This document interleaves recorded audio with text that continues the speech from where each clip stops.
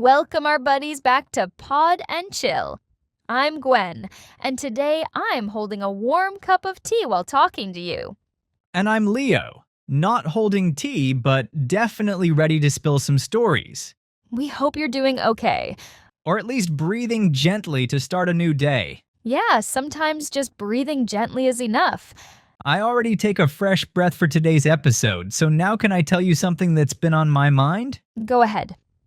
You know, Gwen, lately I've been thinking about our listeners, about those quiet evenings when they sit with their notebook, but the words just don't come out. Or the mornings when they open an English video, full of hope, and close it 2 minutes later, feeling lost. I know that feeling too well. One friend told me, Leo, I study hard. I listen, I read, I try, but when I speak, I freeze. That sounds like so many people I've met. Yeah, and then they say, maybe I'm just not good at English. That line always breaks my heart. Mine too, because the more I listen, the more I realize it's not laziness or a lack of talent. It's just English is hard. Yes, and not many people say that out loud.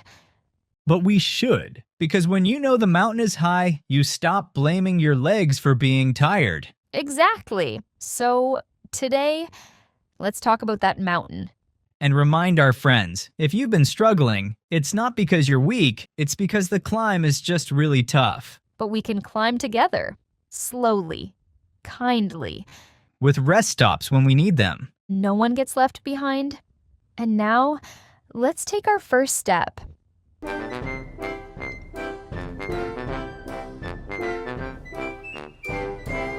Hey Gwen, when I first started learning English, I thought I was a genius. That sentence already sounds suspicious. No, really.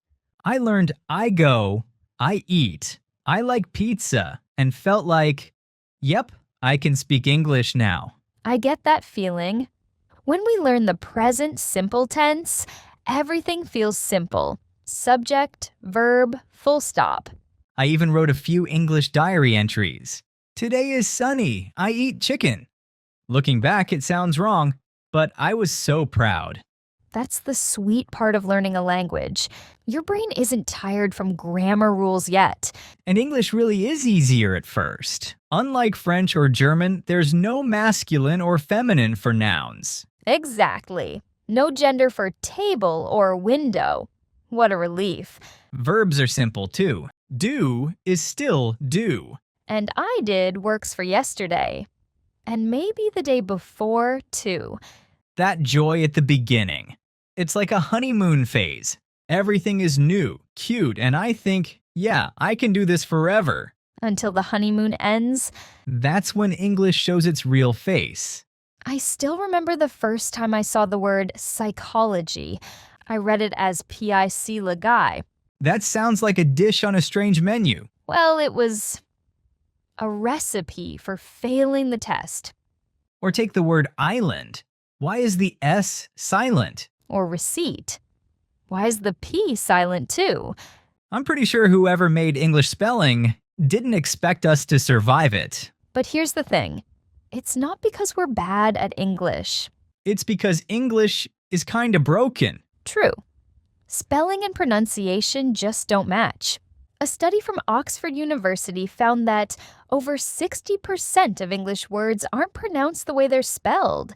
That's like playing a guessing game and losing every time. It's because English borrows from so many languages. French, Latin, Greek, and each one has its own pronunciation rules. So the word looks French, sounds American, and gives you a headache. Spelling stayed the same for centuries while pronunciation kept changing. And we're stuck in between. So if you keep pronouncing things wrong, don't blame yourself. Just laugh a little, check the pronunciation, and try again gently. No one gets it right on the first try. Even native speakers spell things wrong sometimes. Exactly. So don't let spelling or pronunciation make you give up. And what matters most is that you keep trying. But that's not the end. Because next comes memory. Ah, yes, the part that's not for the faint of heart. Memorizing the rules is already tiring, but English also makes us remember the things that break the rules. Like children instead of childs, mice instead of mouses. Or go, went, gone. I don't even know who's going where anymore. I watched a funny video on TikTok about this the other day. I want to show everyone. Sure, let's see how funny it is. I hate verbs in English. I dance, you dance, he dances. Why? Is he dancing more than me? I don't think so. 645 people dance and he dances. How much is this motherfucker dancing? Oh, wow. That video really captures the struggle of learning English. After learning 10 irregular verbs, my brain starts to feel irregular too. And the worst part? These exceptions show up all the time in real conversations. So if we don't remember them, we end up guessing, and often guessing wrong. That feeling of getting it wrong again and again, sometimes it makes you want to give up. But the real goal of a language is to communicate. If you can share your idea and someone understands, you've succeeded. You're just learning something very complex with all your heart. That is already amazing. But if English is this hard, how do we keep walking without giving up? With kindness and with small habits. Little steps that don't scare your heart. Like watering a plant. Not too much, not too fast. Just enough to keep it alive each day. That's how I see language learning. Not a race, but a quiet walk. So, friends, let us share with you some habits. Habits that don't need you to be perfect. Just present. We'll start with one that's soft and simple. Just listen. You don't need a notebook. Just press play. That sounds fun. Yep. A podcast while brushing your hair. A YouTube video while waiting for dinner. A soft English song while walking to class. Even if you understand only 30%. It's okay. It's more than okay. That's how your ears start to feel safe with English. Language is sound, so let it become the music of your day. I remember I used to panic when I didn't catch every word. Now I just smile and say, that word will come back later. Because it always does. It comes back in daily conversations, songs, shows, again and again, until it sticks. That's how your brain learns, through real-life, repeated moments. And next is a tip that some of you may find familiar. Shadowing. This one made me laugh the first time. I was talking to my phone like a parrot. But that's the idea. You listen to one sentence, and you say it again right after. Try to match the voice, the feeling, the speed, even the silly pauses. It's not about perfection, it's about rhythm. It helps you sound more natural, without memorizing rules. And it wakes up your mouth, like warming up before a run. Some days I pick one sentence from a movie. I repeat it 5 times, loud. My neighbors think I'm weird, but I sound great. Weird and wonderful. The best combination. You know, after all that shadowing, something started to shift. English didn't just stay in my mouth anymore. It moved into my head. Into your thoughts? Yeah. Like one day I was running late, and suddenly my brain just said, "You're late." That's when English becomes part of you. Not just something you use, but something you think in. It felt kind of quiet, but nice. Let's talk about that. Thinking in English, even just a little. I started small. It's hot today. I'm sleepy. This bread smells amazing. I do that too. Sometimes it's just a word floating in my head, like grateful or rainy. And sometimes I argue with myself. Don't check your phone. But I want to. Oh no, 2 Leos. Yup, both dramatic. But that's practice too. Every thought in English is like a whisper. A soft repetition that builds your reflexes.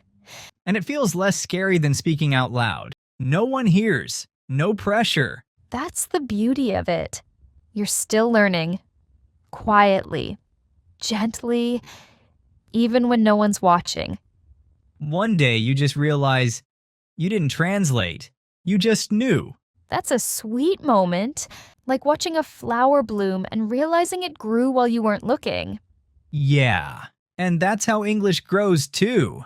Quietly, while you're just living. So what if you let it grow in even more places? Not just in your thoughts, but in your everyday life. Like letting English sit beside you while you do little things. How can we do that? Change your phone to English. Trust me, you'll feel totally lost for a few days. The first time I saw airplane mode, I thought it was for watching flight videos. And did you press it? Yes. Then I wondered why no one could call me. But after a week, I started reading Update, Settings, Reminder. And suddenly, they weren't scary anymore. They just became part of your world. Exactly. And it wasn't study time. It was just me checking Instagram. I saw a meme that said, "I'm not lazy, I'm on energy saving mode." I didn't know what energy saving meant, but it felt right. So you saved the meme and looked it up later? Of course. That meme taught me 2 words and made me feel seen. Sometimes Instagram knows you better than a dictionary. And that's how it sneaks English into your day, one post at a time. That's such a gentle way to learn. Here's another thing I love. Keeping a journal. Just 3 short sentences at night. Like, today I walked in the rain. My socks were wet. I want hot chocolate. That sounds oddly cozy. It is. And it's real. It's your English, describing your day. And the more personal it is, the more it stays with you. Moreover, you can also send voice notes to yourself or to your English buddy. I'm really grateful that you don't get annoyed when I send silly messages in English, Gwen. As long as it's for learning English. I won't complain. Gwen is such a good friend, right, guys? You should find someone like that, too. A friend who learns with you. Oh, and we have TikTok. Oh, right. Never underestimate the power of a good 10-second video. If I hear a cool sentence, I pause, repeat it 5 times, try the same expression. You copy the vibe too, don't you? Of course. I'm basically auditioning for an imaginary English drama.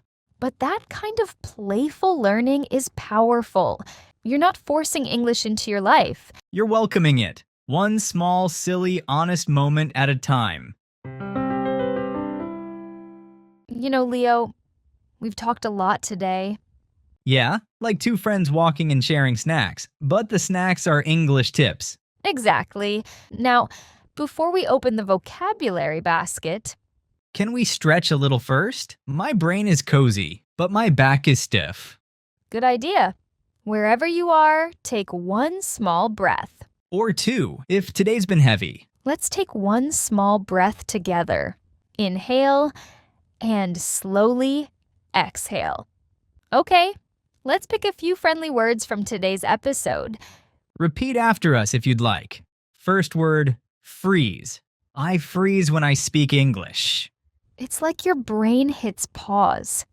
Everything stops. Even I freeze sometimes, like when I see my old English teacher. Next word, struggle. I struggle with English means it's hard, but you're still trying. Like swimming in deep water. But hey, you're still swimming.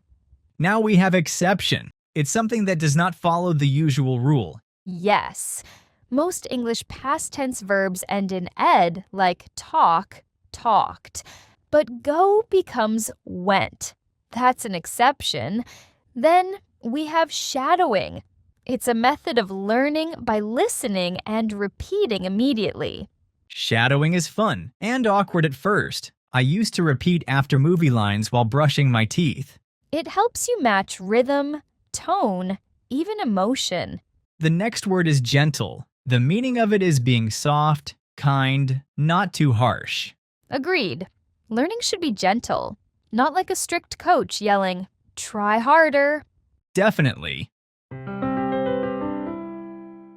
Gwen, after talking through all this, I feel lighter. Me too. Like we've just told the truth that needed to be heard. That English is hard, and that's not your fault. No need to blame yourself for something that's naturally difficult. You don't have to push yourself to study 3 hours a day. What matters more is just coming back to it. Gently. Daily. Waiting to feel ready can take forever, so don't wait to feel ready. Start where you are, even with small mistakes. Right. English doesn't need to be perfect. It just needs to be used. So, what will you choose to do today? Whisper a line, write a journal, repeat one sentence out loud, Whatever it is, let it count. and tell us in the comments, what small step will you take today?